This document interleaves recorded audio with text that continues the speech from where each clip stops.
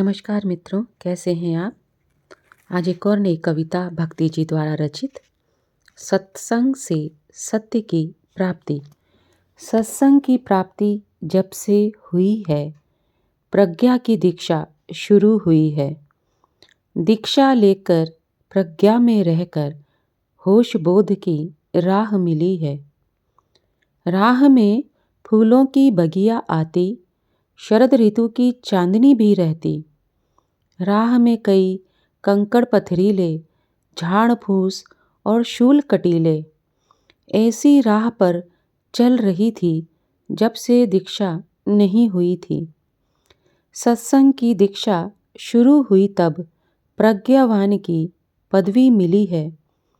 प्रज्ञावान के पद पर रहकर मूल की खोज हो ही जाती। खोज की यात्रा जब पूरी होती, खोज को ही व्यर्थ बताती। मूल तो सदा ज्यों का त्यों है, सारी यात्रा को व्यर्थ कहा है। बिना दूरी की यात्रा कर ली, स्वयं की स्वयं से दूरी नाप ली। दीक्षा की शिक्षा ने एक सूत्र को देकर अनंत मीलों की दूरी मिटाई। स्वयं से स्वयं तक दूरी नहीं है, इसका दृढ़ निश्चय करवाया। प्रज्ञा की दीक्षा से मिली डगर है, अगर मगर का नहीं चक्कर है। प्रज्ञावान का ज्ञान प्रखर है, आत्मज्ञान का यही तो स्वर है। आत्मज्ञान को पाना है तो सत्संग से दीक्षा लेनी होगी। दीक्षा में दिव्य चक्षु की प्राप्ति नित्य श्रवण से मिल जाएगी। श्रवण मात्र से सत्य है मिलता, सत्संग ही इसका अधिष्ठान कहाता। ब्रह्मज्ञानी सत्संग का करता, ब्रह्म की नित्य उद्घोषणा करता।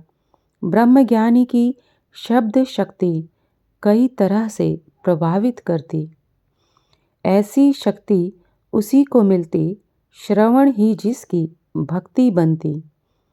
श्रवण की भक्ति तभी सिद्ध होती जब श्रवण में आसक्ति अति हो जाती। श्रवण शक्ति से ज्ञान ग्रंथि खुलती, निजता का अब दर्शन कराती। सत्संग श्रवण की भक्ति करके स्वयं की पहचान अब कर लूं। ब्रह्मज्ञानी सत्य शिरोमणि, उनकी जय जयकार में कर दूं, उनकी जय जयकार में कर दूं। धन्यवाद भक्ति जी। परम पूज्य प्रभु जी के चरणों में कोटि कोटि नमन। और आप सभी का इस चैनल पर आने के लिए, अपना कीमती समय देने के लिए हृदय से आभार। धन्यवाद मित्रों।